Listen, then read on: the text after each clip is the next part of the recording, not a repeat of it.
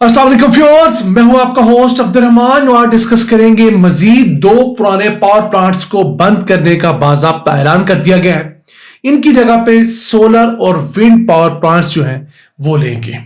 ये ऐलान किया है के इलेक्ट्रिक ने, जिसके बाद अब पाकिस्तान के अंदर 8 पावर प्लांट्स ऐसे हो गए हैं जो पुराने थे, जिनसे महंगी बिजली पैदा होती थी, उन्हें बंद कर दिया गया है। इसके साथ साथ 29 आईपीपीज ऐसे हैं जिनके रेट्स कम किए गए हैं, जिससे कोई 3500 अरब रुपए की बचत होनी है। अब ये जो पावर प्लांट्स जो हैं ये के इलेक्ट्रिक के तहत चल रहे थे, तो तकरीबन 355 मेगावाट इनकी सलाहियत थी। एक तो था Korangi town gas turbine power plant और दूसरा था side gas turbine power plant. अब चूंकि मुल्क के अंदर मुकामी सतह पर गैस की पैदावार कम है, तो इन पावर प्लांट्स को मुकामी गैस नहीं दी जा रही थी, वो सस्ती गैस होती है। महंगी एलएनजी लेकर उस पर ये पावर प्लांट चलाना और उससे महंगी बिजली पैदा करके अवाम को देना कि इलेक्ट्रिक के बस की बात भी नहीं। तो लिहाजा बोर्ड ऑफ डायरेक्टर्स ने ये मंजूरी दी है और स्टॉक एक्सचेंज को बता दिया गया है कि अब ये दोनों पावर प्लांट्स बंद कर दिए गए हैं। इनकी जगह पर के इलेक्ट्रिक ने दो बड़े सोलर और विंड एनर्जी के पावर प्रोजेक्ट्स टेंडर करके कंस्ट्रक्शन फेज में डाल दिए हैं।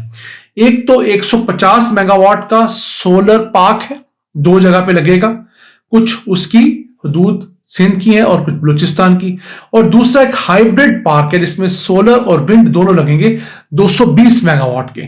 370 मेगावाट के ये जो पार्क्स हैं ये टेंडर के बाद कंस्ट्रक्शन फेज में, उम्मीद अगले 2026 के अंदर ये ऑनलाइन आ जाएंगे।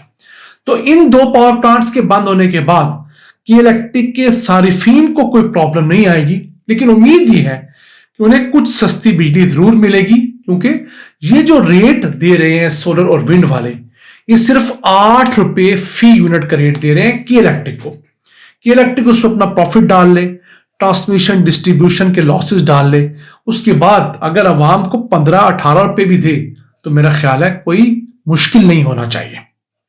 अब पाकिस्तान की बात करते हैं। मुल्क भर में 100 से ज्यादा प्राइवेट बिजली घर लगे हुए हैं। 1994 में इस चीज का आगाज हुआ, अब तक ये पावर प्लांट्स वक्तन फक्तन लगते आए। हुआ क्या, 2023 के अंदर जब हमारे पांव जलने लगे 2000 अरब रुपए से ज्यादा की इंतहाई महंगी कैपेसिटी पेमेंट्स दे दे के फिर हम लोगों ने इन पावर प्लांट्स के बाजू मरोड़े, तो अब तक मजमूई तौर पर हम लोग 6 पहले और 2 के इलेक्ट्रिक के डालकर 8 पावर प्लांट्स के जो मुआहदे थे वो खत्म कर चुके हैं। पहले जो 6 पावर प्लांट थे वो तकरीबन को 2500 मेगावाट के थे और उनके मुआहदे कबल उस वक्त खत्म करने का फायदा ये हुआ कि हमें कुछ 411 अरब रुपए उन्हें कैपेसिटी पेमेंट्स की मद में नहीं देने पड़ेंगे।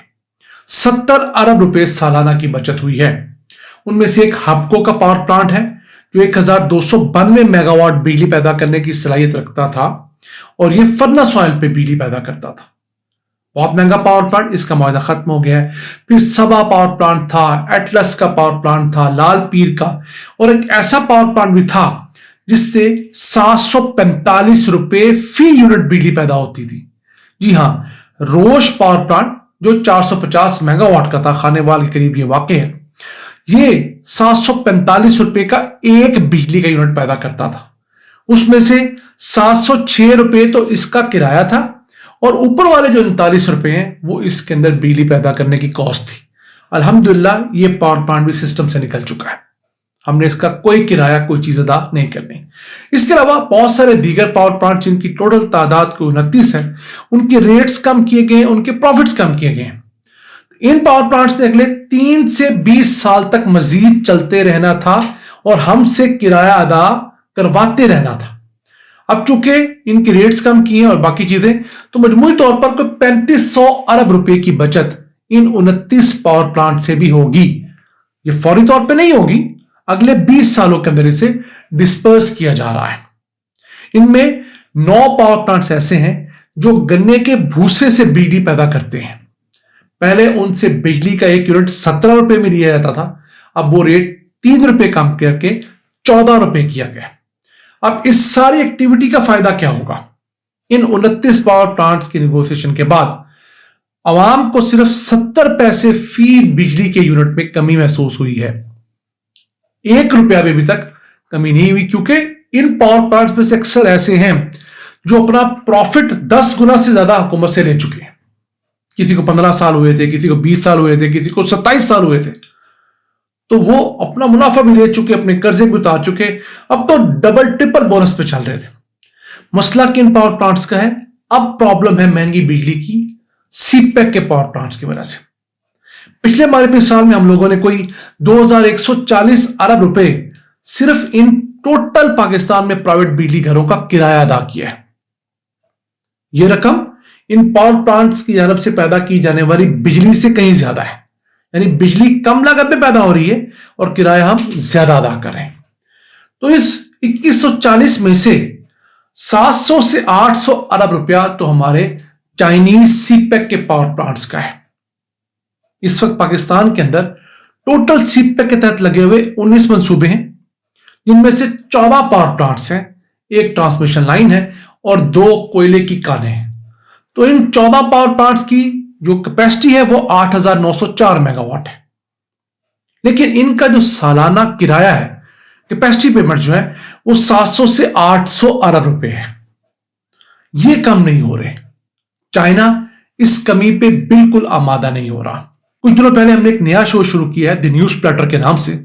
उसमें हमने बताया है कि इन पावर प्लांट्स को हम लोगों ने 5100 अरब रुपया पिछले 7 सालों में दे दिया है। इसके बावजूद अभी भी हमने इन सीपेक के पावर प्लांट्स का 450 अरब रुपया देना है, 450 बिलियन रुपीस।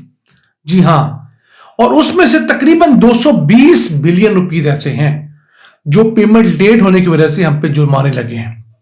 जिस तरह मैं और आप बिजली का बिल लेट करें तो हुकूमत हम पर पहले एक जुर्माना लगाती थी, अब 3-4 दिन मजीद लेट हो जाए तो दूसरा जुर्माना भी लगता है।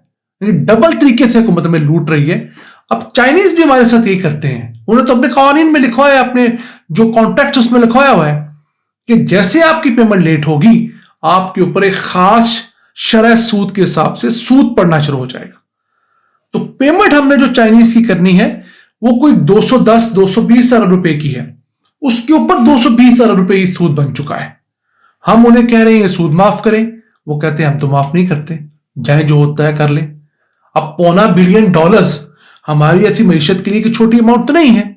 दूसरी तरफ IMF हमें कह रहा है कि आपने क्या करना है, आपके ऊपर इतनी बड़ी लायबिलिटी है। हम IMF को खुश करने के लिए कहते हैं जनाब हम चाइनीज से बात कर रहे हैं, ये 220 अरब रुपया तो हमने देना ही नहीं है, तो बाकी जो 220-230 अरब रुपया बनेगा वो हम दे देंगे। लेकिन ऐसा मुमकिन होता नजर नहीं आ रहा। पाकिस्तान समेत दुनिया के थर्ड वर्ल्ड कंट्रीज के अंदर ये बड़े बड़े पावर प्रोड्यूसर्स, ये IPPs वाले, ये प्राइवेट बिजली घरों वाले क्या करते हैं, हुकूमतों को रिश्वत देते हैं, ब्यूरोक्रेट्स को रिश्वत देते हैं, उनसे अपनी मर्जी की पॉलिसी बनवाते हैं, फिर अपने मर्जी के महंगे रेट्स के ऊपर उनको पावर प्लांट्स देते हैं, फिर उनके लोग मेरे आप की तरह महंगे दामों बिजली खरीदने पर, कंज्यूम करने पर मजबूर होते हैं। हर आने वाली हुकूमत पिछली हुकूमत पर इल्जाम डालती है और यही सर्कट चलता है। हमारे साथ ऐसा नहीं हुआ। अफ्रीका में चले जाए, उन मुल्कों के साथ इन्हीं IPPs ने ये जुल्म किया है। और बदकिस्मती से पाकिस्तान में जिन लोगों ने ये IPPs लगाए थे आज उन्हीं के गले ही ये IPPs पड़ चुके हैं। सबसे पहले बेनजीर भुट्टो ने इनको शुरू किया, नवाज शरीफ ने उसको कैरी ऑन किया, मुशर्रफ के दौर में भी यही IPPs लगते रहे। नून लीग का आखिरी टेन्योर जिसमें नवाज शरीफ की हुकूमत थी तब भी ये सारे सीपेक के IPPs लगते रहे। इमरान खान के दौर तक आते आते ये IPPs इतने ओवरलोड हो गए कि हुकूमत को मजबूरन ये फैसला करना पड़ा कि अब हम कोई इंपोर्टेड फ्यूल के ऊपर IPP नहीं लगाएंगे। तो नाज़रीन, ये था आज का एपिसोड। मैं हूं आपका मेजबान अब्दुल रहमान। अल्लाह के बाद।